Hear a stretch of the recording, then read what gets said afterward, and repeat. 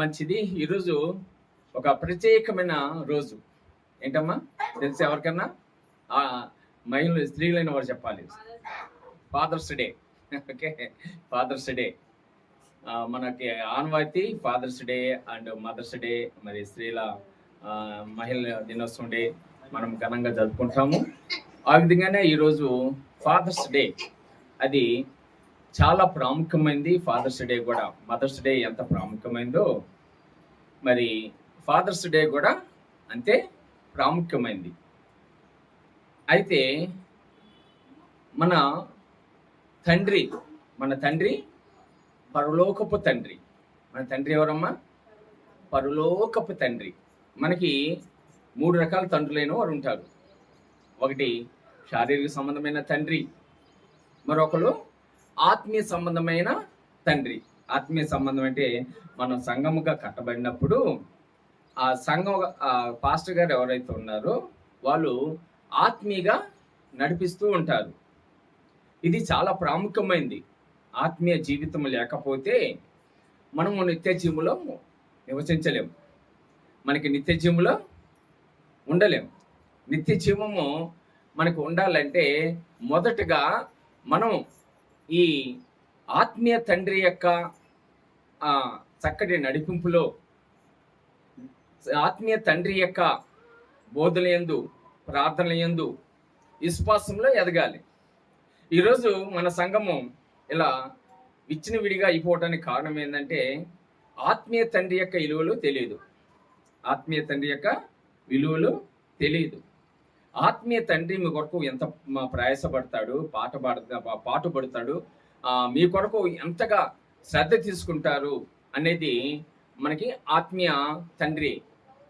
ఆత్మీయంగా మనం ఎదగలేకపోతే విశ్వాసులుగా రక్షణ పొందుకున్నా కానీ అది వ్యర్థం. కనుక అదే విధంగా మరి జన్మనిచ్చిన తండ్రిని కూడా మనము మర్చిపోకూడదు. ఈ లోకంలో మనము మరి ఈ విధంగా జన్మించామంటే మనకి జన్మించిన తండ్రి, జన్మించిన తల్లి వాళ్ళు ఏకరీతిగా ఉండటం వల్ల మనము ఈ లోకంలో జన్మించాం. మరి ఈ రోజులో మనం చూస్తే తల్లులకే చాలా ప్రాముఖ్యమైన ఇంపార్టెంట్ ఇస్తున్నారు. అవునమ్మా, తల్లులకే ఇస్తున్నారు కదా. బిడ్డలు తల్లులకే ఇస్తున్నారు. ప్రతి ఒక్కరు మదర్స్ డే కాంగ్లోనే వాళ్ళు ఏం పెట్టుకుంటారమ్మా? సెల్ ఫోన్లో, వాట్సాప్లో స్టేటస్ పెట్టుకుంటారు తల్లి గురించి. తండ్రి గురించి ఒకళ్ళని చూపించండి. ఎక్కడో తండ్రి వెనకబడిపోయాడు.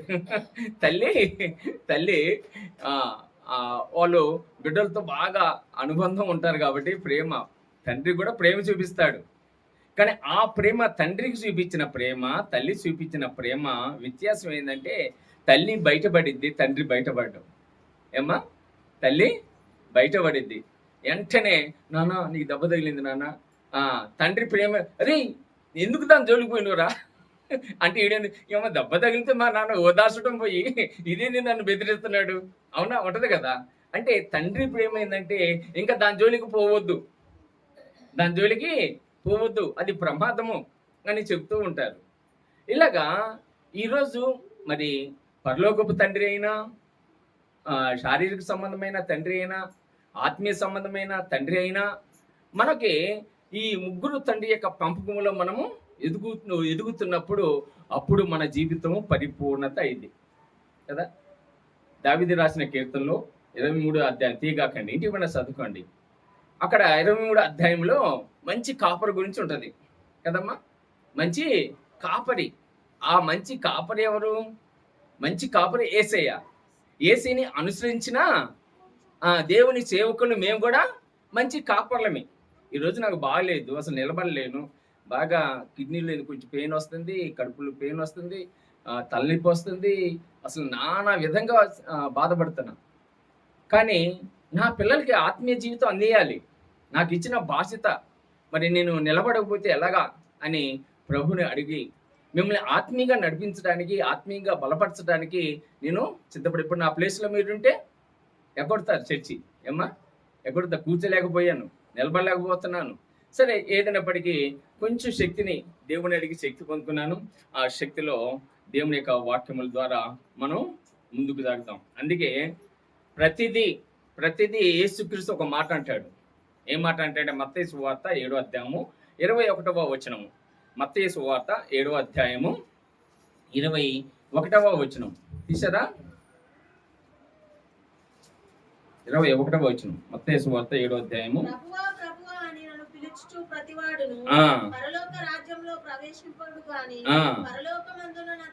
పరలోకమందున నా తండ్రి ఆమేన్ హల్లెలూయా. పరలోకపు తండ్రి చిత్త ప్రకారము నడిచిన వారే ఏమవుతారమ్మా? ఏమవుతారు? చదువు. పరలోకములో ప్రవేశించును. పరలోకపు తండ్రి చిత్తం ప్రకారం మనం ఎందుకు దేవుని అంగీకరించామంటే ఈ పాపపు లోకంలో ఇదిగో అగ్ని సంబంధమైన అగ్ని యొక్క అదిగో ఉగ్రత నుండి, అగ్ని ఆర్దు పురుగు సావుదనే నరకము నుండి మనం తప్పించబడాలి. ఆమేన్ హల్లెలూయా. ఆ నరకము నుండి మనం తప్పించబడాలి. ఏదో ఇక్కడ ఎవరికి అందరికి ఇస్తాడు, అందరికి మంచిగానే చూస్తాడు దేవుడు. లోకమును ఎంతో ప్రేమించాడు, ఆయన అందరిని ప్రేమిస్తున్నాడు. కానీ పరలోకం అందరికి లేదు.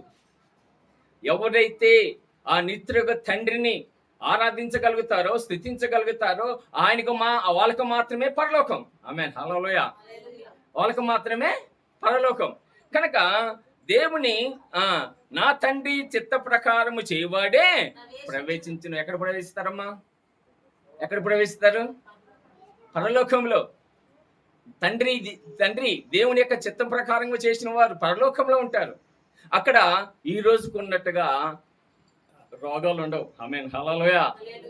రోగాలు ఉండవమ్మా, మనకి శ్రమలు ఉండవు, బాధలు ఉండవు, కష్టాలు ఉండవు. అక్కడ ఏముంటది? నిత్య సంతోషం. ఏముంటదమ్మా? నిత్య సంతోషం. నిత్య సంతోషము. ఆ సంతోషమును పొందుకుంటానికి తండ్రి అయిన దేవుణ్ణి మనము ఇదిగో అంగీకరించిన మనము ఆయన చిత్తం ప్రకారంగా మనము జరగాలి. ఆయన చిత్తం ప్రకారంగా నడుచుకోవాలి. ఈ రోజులో మరి ఇన్ని ఖాళీ కూర్చున్నాడో దేవుని చిత్తం, తండ్రి చిత్తం ప్రకారంగా ఉన్నట్ట లేనట్ట వాళ్ళు ఏమా? తండ్రి చిత్తము ఎన్ని ఒడిదుడుకులు వచ్చినా, ఎన్ని బాధలు వచ్చినా దేవుణ్ణి ఆరాధించే దినము, దేవుని మహిమపరిచే దినము యూదులు సపాత దినం రోజు, అంటే సపాత దినం అంటే శనివారం, సపాతి దినం రోజు వాళ్ళ ఆరాధన కొరకు సిద్ధపడి ఉంటారు. ఆరాధన కొరకు, మార్నింగ్ జరిగే ఆరాధన కొరకు నైట్ అన్ని సిద్ధపరుచుకుంటారు. అది తండ్రి యొక్క గుణాలు. అందుకే ఈరోజు చాలా రాసుకున్నా కానీ అంత టైం లేదు, అంత నిలబడే శక్తి కూడా లేదు. చిన్న వాక్యంలోకి వెళ్ళి ఆ వాక్యంలోనే సత్యాన్ని మనము తెలియజేసుకుందాం. ఆ సత్యమును తెలుసుకొని ఆ సత్యంలో మనము జీవిద్దాం. ఈరోజు దేవుని యొక్క వాక్యం ఏంటంటే యోహాను సువార్త 10వ అధ్యాయము. యోహాను సువార్త 10వ అధ్యాయము తీసడం ఎందుకు చెప్తున్నానంటే ఎన్నిసార్లు మీరు తీస్తారేమని. తీసారా?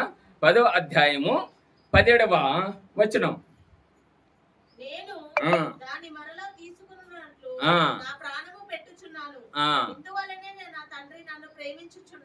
దేవుని స్తోత్రం హల్లెలూయా. చూడండి, యేసు ప్రభు ఈ లోకంలో పుట్టిన ప్రతి మానవుడు మరణిస్తాడమ్మా. ఈ లోకంలో పుట్టిన మానవుడికి మరణము తప్పదు. మనం ఏమన్నా శిలాగ్రహంలాగా నిలిచిపోతాం? ఇక్కడ నిలిచిపోలేం.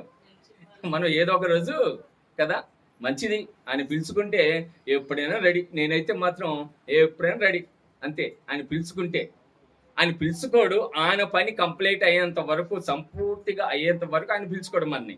దేవునికి స్తోత్రం.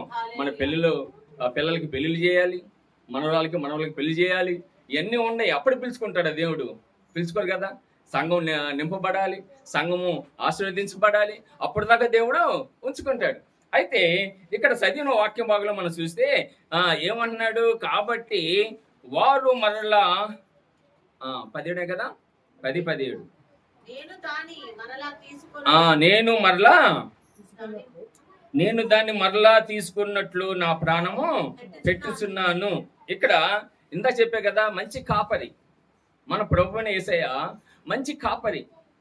దావీదు కీర్తనలో 23వ అధ్యాయంలో ఇక్కడ చూడండి, తన యొక్క సంఘము కొరకు, తన మంద కొరకు యేసయ్య ఏమంటున్నాడంటే, నేను ప్రాణం పెడతాను నా మందని ఆత్మీయంగా నడిపించటానికి, నా మందని సమృద్ధిగా నింపటానికి, ఆశీర్వాదములు నింపటానికి నేను నా మంద కొరకు ప్రాణం పెడతాను అంటాడు. అది దేవుని యొక్క వాక్యం ఏమంటారు, తండ్రి నన్ను ఎలాగునా 10వ వచనం, నేను నా గొర్రెలను ఎరుగుదును, నా గొర్రెలు నన్ను ఎరుగుదును. తండ్రి ఇక్కడ మనము దేవుని యొక్క వాక్యంలో కొన్ని వచనములు 23వ లోక సువార్త 10వ అధ్యాయం తీయండి. 10వ అధ్యాయము 11 నుంచి 32 వచనములు. 11 నుంచి 32 వచనములు. మీకు అందరికీ ఈ యొక్క అధ్యాయము అందరికీ తెలిసిన అధ్యాయమే, తెలిసిన వాక్యమే. ఏంటి అందులో మెయిన్ ఇంపార్టెంట్ మ్యాటర్ ఏంటి చెప్పండి అమ్మా? అంటే ఒక్క మాటలో చెప్పాలంటే తప్పిపోయిన కుమారుడు. లోక సువార్తలో 10వ అధ్యాయం 11 నుంచి 32 వచనం. ఈ ఒక వాక్యం ధ్యానం చేసేటప్పుడు ప్రతి ఒక్కరు తప్పిపోయిన కుమారుడు, 2 కుమారుల యొక్క జీవితము అని చెబుతూ ఉంటారు. అయితే నేను ప్రభువుని అడిగా, పద్దాక తప్పిపోయిన కుమారుడు అడుగుతున్నా అని చెబుతున్నాను ప్రభువా, మరి ఇందులో నీ పాత్ర లేదా? తండ్రి యొక్క పాత్ర లేదా? ఏమ్మా, తండ్రి యొక్క పాత్ర లేదా? తండ్రి యొక్క ప్రేమ లేదా? ఇందులో తండ్రి యొక్క కనికరం లేదా? తండ్రి యొక్క ఆలోచన లేవా? చెప్పండి. అంటే ఎక్కువగా తండ్రి యొక్క ఆలోచనలే ఉన్నాయి. అందుకే ఈరోజు నేను ఇప్పటి వరకు ఎవరు పేరు పెట్టని పేరు నేను ఈ యొక్క లేఖనకి చెప్తున్నాను. ఎవరు పేరు పెట్టలేదు, ఇప్పుడు నేను పేరు పెడుతున్నాను. నా తండ్రి నన్ను ప్రేమించుతున్నాడు. ఆమేన్, హల్లెలూయా. నా తండ్రి నన్ను ప్రేమించుతున్నాడు. ఎంత బాగుంది. ఇంతకుముందు తప్పిపోయిన కుమారుడు మనం ధ్యానం చేశాం. కానీ ఇప్పుడు నా తండ్రి నన్ను ప్రేమించుతున్నాడు. తండ్రి ప్రేమించకపోతే ఏమ్మా మనం ఎదుగుతామా? తండ్రి ఎన్ని కష్టాలు, చదువులు చెప్పించాలంటే ఎన్ని కష్టాలు పడాలి. తండ్రి తిండిలు ఉన్నా తండ్రి ఇప్పుడైతే మీకు సమృద్ధిగా దేవుడు ఇచ్చారనుకోండి. మాకు ఆ టైంలో అలా ఇలా హైదరాబాద్కి వచ్చిన కొత్తలో ఏమో మాకు లేదు, నిల్లు అంతా కష్టపడి సమకూర్చుకున్నాం. మా బిడ్డలకి చదువులకి ఫీజు కట్టకపోతే 5 రూపాయల వడ్డీలు. చాలా బాధపడ్డాం. మా బంగారం తాకట్లో పెట్టుకొని చదివించి ఉన్న బంగారం ఎన్నో అనేక శ్రమలు అనుభవించాము మేము. ఇప్పుడు తండ్రి నీ యొక్క భవిష్యత్తు కొరకు తండ్రి ఏ విధంగా ఆలోచన చేస్తున్నాడో కుమారులు కూడా ఆ విధంగా ఆలోచన చేయాలి. తండ్రి లేకపోతే జీవితం లేదు. తల్లి తండ్రి లేకపోతే జీవితం ఉందమ్మా? ఎవరికైనా?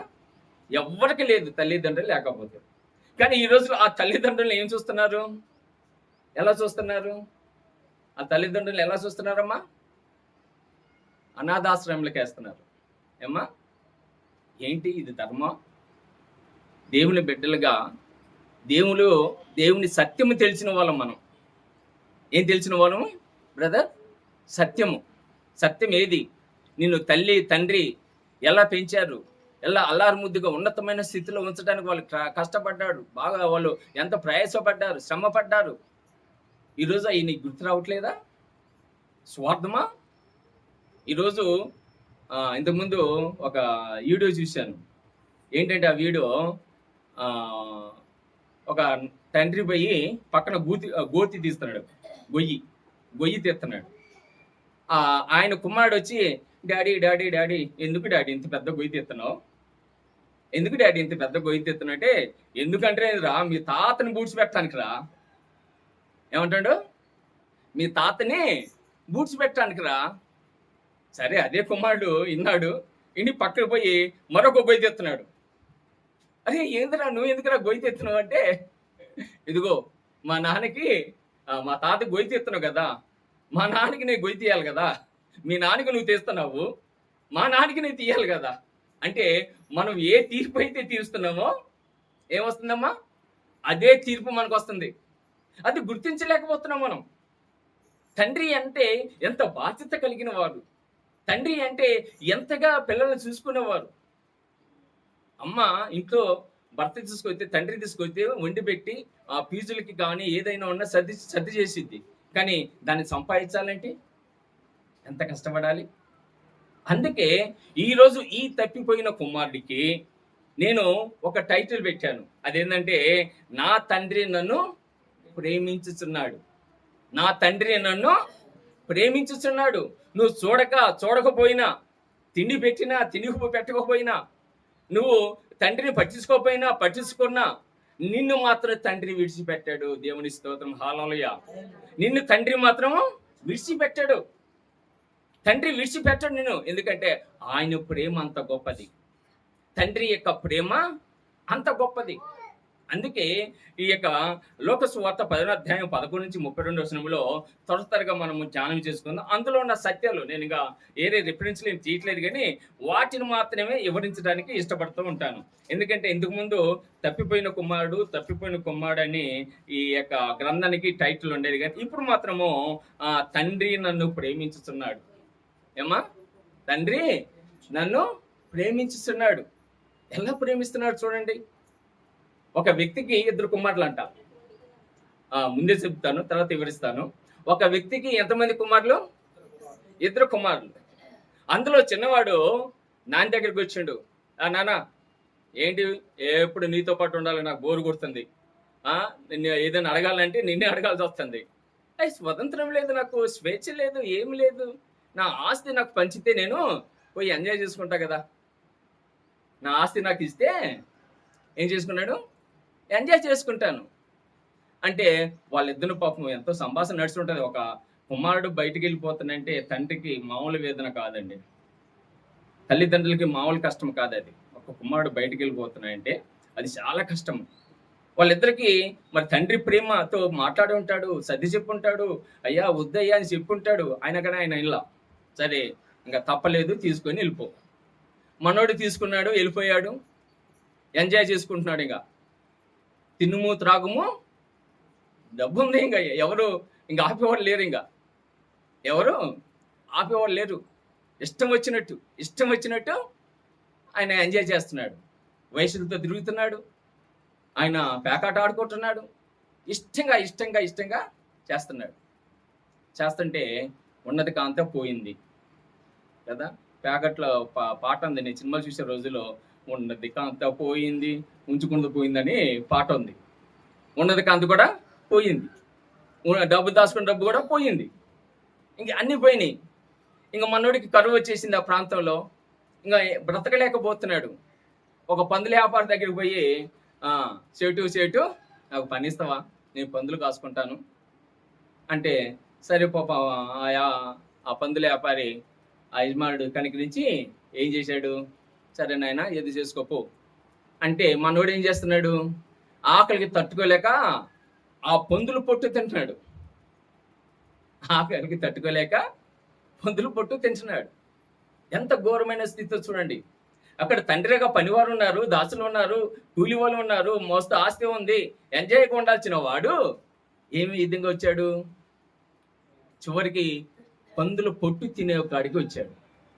ఎంత తండ్రిని అంటబెట్టుకుంటే ఈరోజు నువ్వు ఆ విధంగా నష్టపోతావా? ఆ విధంగా నీ జీవితంలో బాధ వచ్చిద్దా? రాదు. ఇక్కడ ఆ విధంగా ఆయన అనుకున్నాడు, అరే ఏంది నా బ్రతుకు, మా తండ్రి దగ్గర పనివారే చాలా మంది ఉన్నారు, నేను ఏంది ఈ బ్రతుకు, ఏమైతే అయింది, మా తండ్రి దగ్గరికి పోతాను, మా తండ్రి దగ్గరికి వెళ్తానని చెప్పేసి ఆయన తండ్రి దగ్గరికి పోయాడు. తండ్రి ఆదరించాడు చిన్న కుమారుడిని. చూడండి తండ్రి ప్రేమ. అందుకే తండ్రి ప్రేమ నా తండ్రి నన్ను ప్రేమించుచున్నాడు అనే టైటిల్ దీనికి పెట్టాను. ఇంతకుముందు అందరూ తప్పిపోయిన కుమారుడు పెడితే, నేను మాత్రము ఇందులో నా తండ్రి ప్రేమ ఎంత గొప్పదో నేను తెలుసుకున్నాను. నా తండ్రి యొక్క ఆప్యాయత ఎంత గొప్పదో నేను తెలుసుకున్నాను ఈ వాక్యం ధ్యానం చేస్తున్నప్పుడు. అందుకే 11వ వచనం మనం చదువుకుంటే, మరియు ఆయన ఇట్లా నేను ఒక మనుషునికి ఇద్దరు కుమారులు ఉండరు.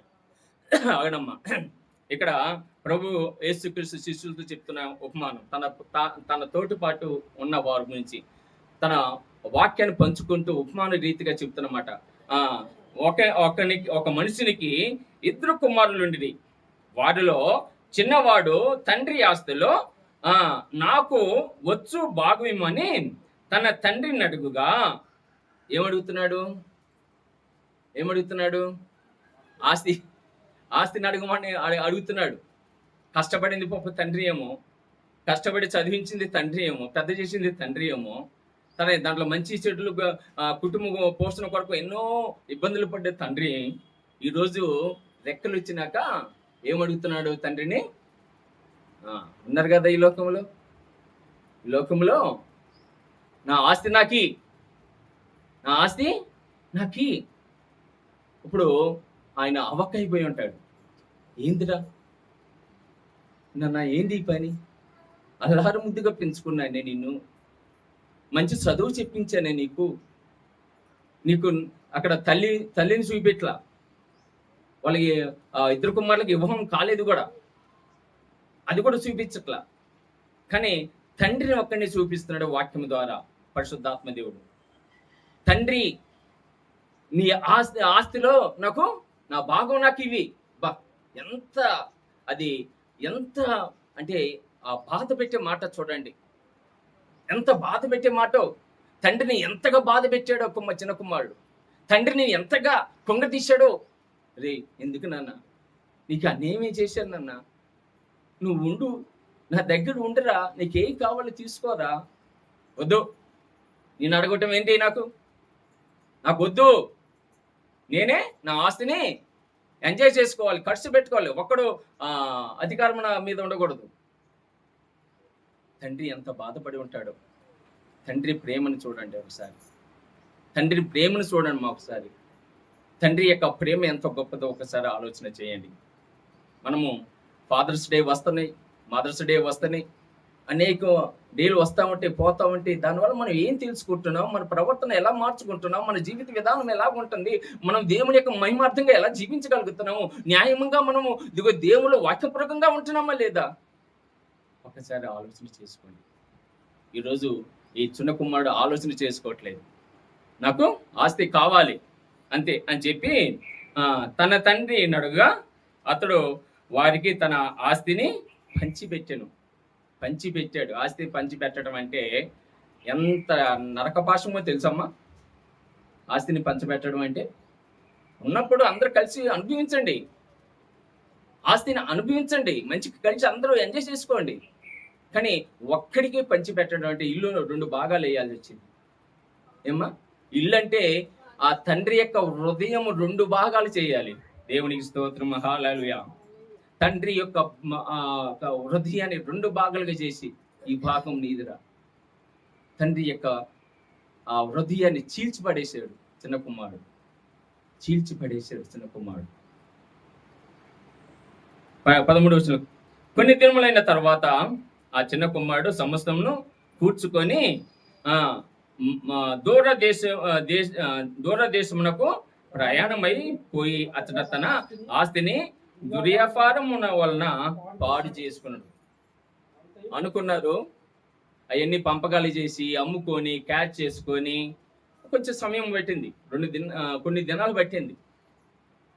ఆ కొన్ని దినాల్లో ఆ తండ్రి ఆ కొడుకు భాగం వేసినప్పుడల్లా కొడుకు భాగం ఇచ్చేటప్పుడల్లా ఎంత కుమిలిపోయి ఉంటాడో చూడండి. నీకు జన్మిచ్చింది తండ్రి, నీకు విద్యాభ్యాసం చేసింది తండ్రి, కానీ ఆ ఆస్తిని మాత్రం, నా ఆస్తి నాకు కావాలి. ఇక్కడ బిడ్డలైన వాళ్ళు చాలా మంది ఉన్నారు. ఇప్పుడు చదివించకపోతే వాళ్ళకి ఉద్యోగాలు వస్తాయా? ఏమ్మా?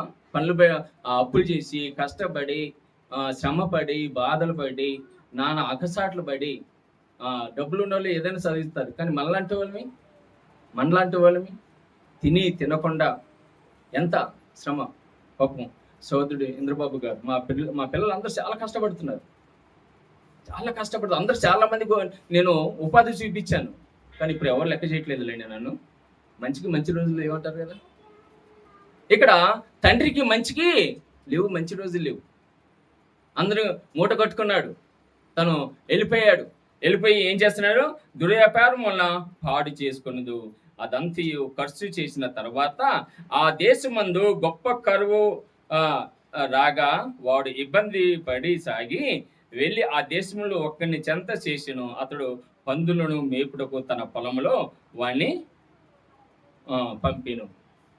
అంతా పోయింది, ఊడ్చుకొని పోయింది, ఇంకేం లేదు, జీరో. మనవాడి దగ్గర ఏముంది? జీరో. ఇంకా కరువు వచ్చింది, పైపెచ్చు కరువు వచ్చింది. కరువు వచ్చిన పనులు దొరకట్లేదు. ఎవరో ఒకరిని చూస్తే పందులు యజమానుడు ఉంటే ఆయన దగ్గర అయ్యా నాకు ఏదైనా పని ఇప్పించయ్యా తింటాను. అంతకుముందు 2 రోజులు తినలేదు బిడ్డ, పాపం 2 రోజులు పొత్తులు ఉన్నాడు బిడ్డ. తండ్రి దగ్గర ఉంటే ఆ శ్రమ వచ్చిద్దా? పొత్తులు ఉంటాడా? అయ్యా అంటే ఏం పని చేస్తారా? నాకు ఏం రాదయ్యా పందులు కాయటం. సరే పోయి పందులు కాస్తే నెలంతా చేస్తే జీతం వచ్చింది కదమ్మా, ముందిస్తాడు జీతం. మరి నెలంతా ఎట్ట బతకాలి? పందులు మేసి పొట్టు తిన్నాడు మనోడు. ఎంత భయంకరమైన శిక్ష చూడండి, ఎంత భయంకరమైన శోధన. ఆస్తి ఉంచుకొని కూడా తండ్రి దగ్గర సంతోషం ఉండాల్సిన వాడు కూడా ఆయన పందులు మేసి పొట్టు తింటున్నాడు. ఏం దుర్బుద్ధి, ఏమి భయంకరమైన ఆయనకు ఆ కష్టము ఎలా వచ్చిందో చూడండి. తండ్రి పట్ల ఇందాక చెప్పాను, మన తండ్రి అనే దేవుడు పరలోకంలో ఉన్నవాడు. మన పరలోకంలో నివాసం ఉండటానికి మనం ఏర్పాటు చేసుకున్నాడు దేవుడు. సామాన్యంగా ఉన్నతమైన స్థలం మంది అది. పరలోకం ఉన్నతమైన స్థితి మంది. ఇక్కడ కష్టాలు, ఇక్కడ బాధలు కాదు మనం అనిపించడానికి దేవుడు ఏర్పాటు చేసుకున్నాడు. కానీ అది గుర్తెరగట్లేదు అని చెప్పి ఏం చేస్తున్నాడు? 17వ వచనం, అయితే బుద్ధి వచ్చినప్పుడు వాడు నా తండ్రి యొద్ద ఎంతో మంది కూలివాడరగు అన్నము సమృద్ధిగా ఉన్నది, నేనైతే ఇక్కడ ఆకలికి చచ్చిపోతున్నాను. ఎవరు చచ్చిపోమన్నారయ్యా? నా తండ్రి దగ్గర అన్నము సమృద్ధిగా ఉంది కూలోలికి. ఇక్కడ పాపం ఎవరు తలుచుకోవట్లేదు ఈయన్ని, అంతే కదా. ఈయన ఎవరిని తలుచుకోవట్లేదు.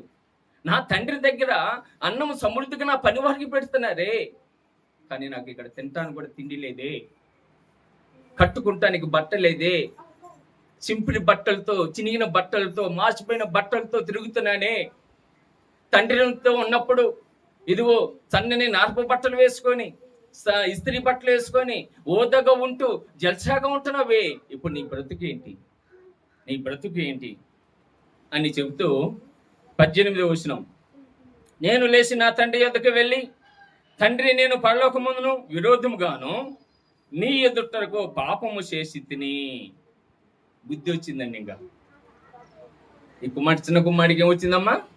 బుద్ధి వచ్చింది. ఇక చాలా మంది చేతులు కాలిందాక ఆకులు పట్టుకోరు, ముందు జాగ్రత్త ఉండదు.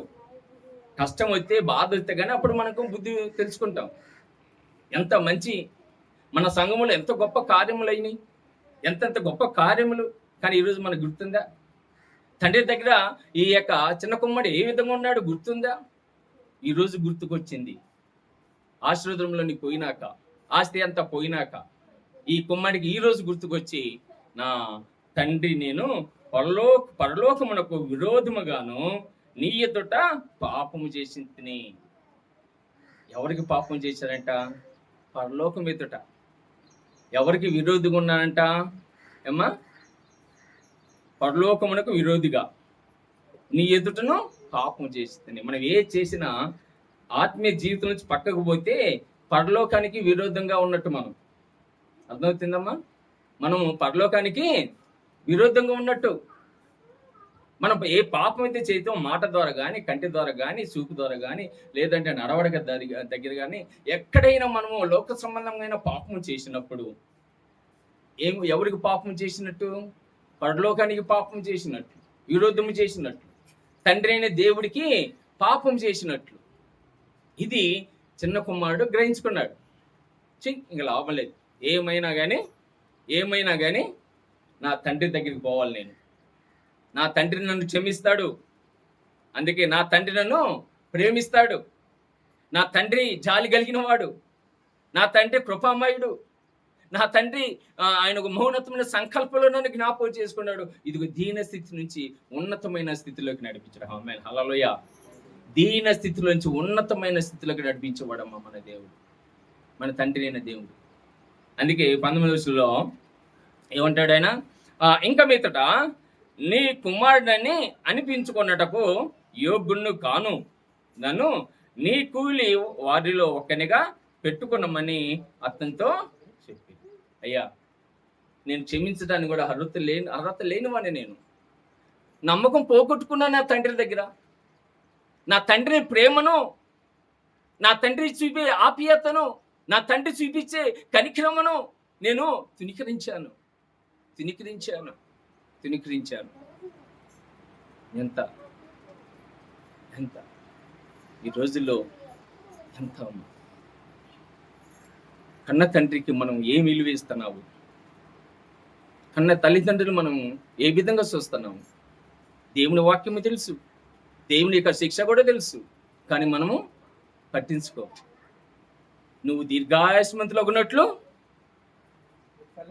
నీ తల్లిని నీ తండ్రిని సన్మానించమంటే ఒక సాల్వ తీసుకొచ్చి కప్పడం కాదు, వాళ్ళకి కావాల్సిన అవసరం తీర్చటం తల్లిదండ్రులకి.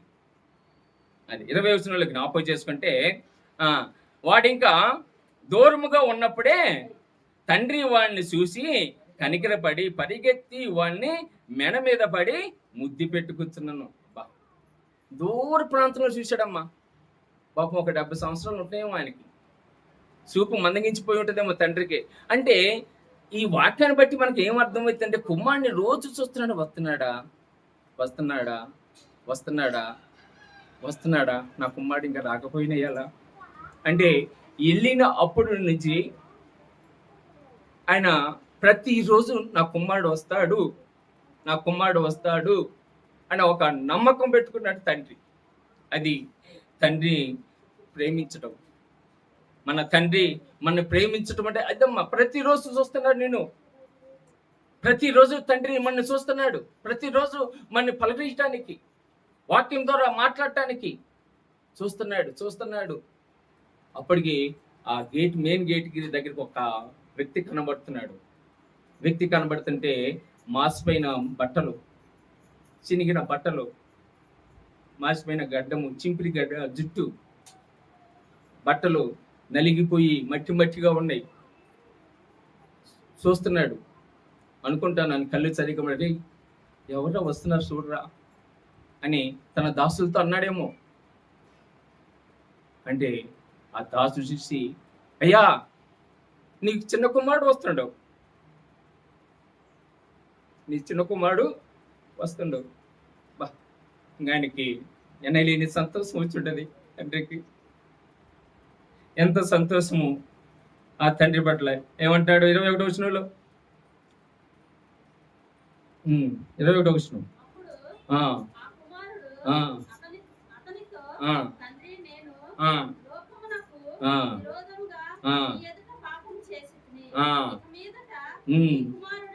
నీ కుమారుడగుటకు అనిపించుకొనుటకు యోగ్యుని కాడు.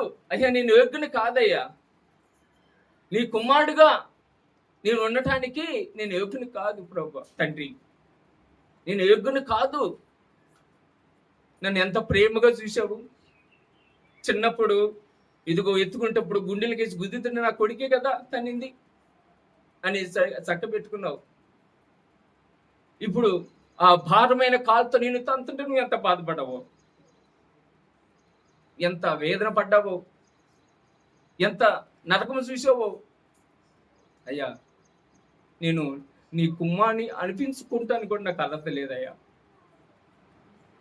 నీ కుమ్మాన్ని అనిపించుకుంటాను కూడా అర్హత లేదు అని చెప్తూ 22వ వచనం, ఇంకా మీదట నీ కుమారుని అనిపించుకుంటాకు యోగ్యుడు కానని. అయితే తండ్రి తన దాసులను చూసి ప్రస్తుత వస్త్రములు త్వరగా తెచ్చి వీడికి కట్టి వీని చేతికి ఉంగరమును పెట్టి పాదములకు చెప్పులు తొడుగుడని ప్రొవిన దూడను తెచ్చి వధించుడని మనం అతన్ని సంతోష పెట్టుదాము.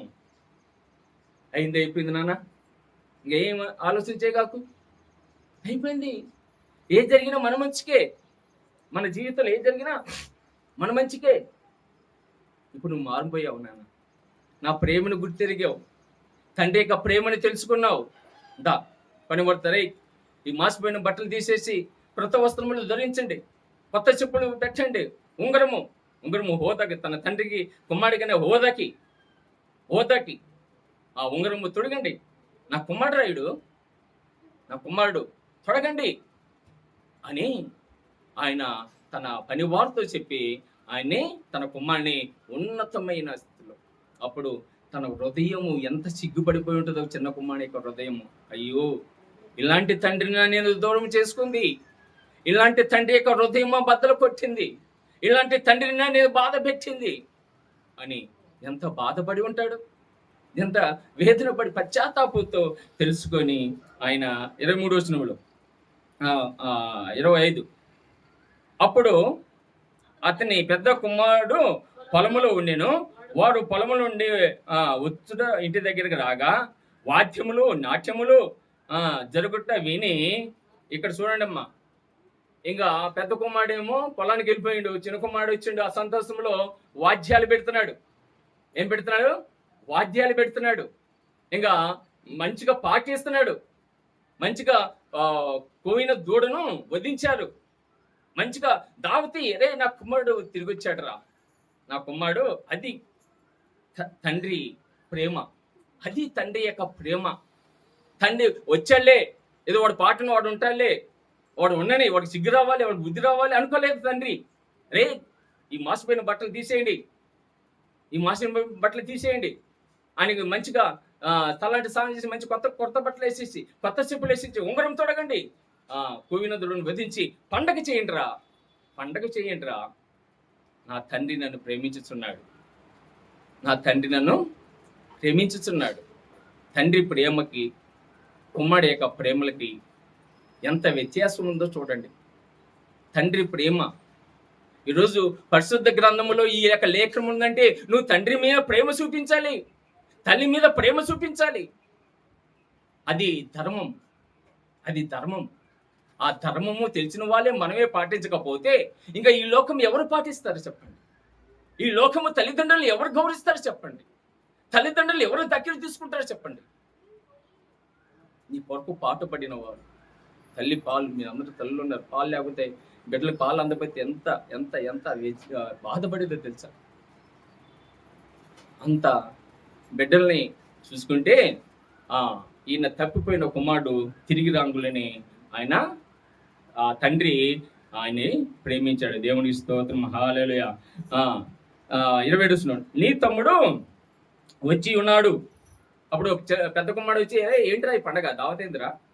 నాకు తెలియకుండా ఏంటి, నీ పొలం పోయిచ్చలకనే ఇంట్లో దావతే, లైటింగ్ వేసాడు, ఇంకా బ్యాండ్ పెట్టేశాడు, వాద్యాలు, మైకులు, సౌండ్ సిస్టమ్, తీన్మార్ ఆడుతున్నారు, అందరూ తాగేవాళ్ళు తాగుతున్నారు, తినేవాళ్ళు తింటున్నారు. అరే, నేను పొలం పోయిచ్చలకనే ఇదేందిరా అంటే అక్కడ ఏమంటున్నారు చూడండి, నీ తమ్ముడు వచ్చి ఉన్నాడు, అతడు తన యొద్దకు సురక్షితముగా వచ్చి ఉన్నందున నీ తండ్రి కొవ్విన దూడను వధించునని. అయితే అతడు కోపపడి లోపలికి వెళ్ళి నొల్లక పోయెను. ఈయనకి కోపం వచ్చింది పెద్ద కుమారుడికి. అరే, నేను నాన్నతో పాటు ఉన్నాను, నాన్నని ఏ రోజు బాధ పెట్టలేదు, నాన్నని ఏ రోజు నేను ఆస్తి అడగలేదు, నాన్నకి పనులు సహకరించాను, ఈరోజు నన్ను వదిలిపెట్టేసి ఈ ఆస్తి పట్టకపోయి దాన్ని పాడు చేసుకొని వచ్చిన నా తమ్ముడికేమో పండగ చేస్తున్నాడేమో అని అలిగూర్చున్నాడు మనోడు పెద్దడు.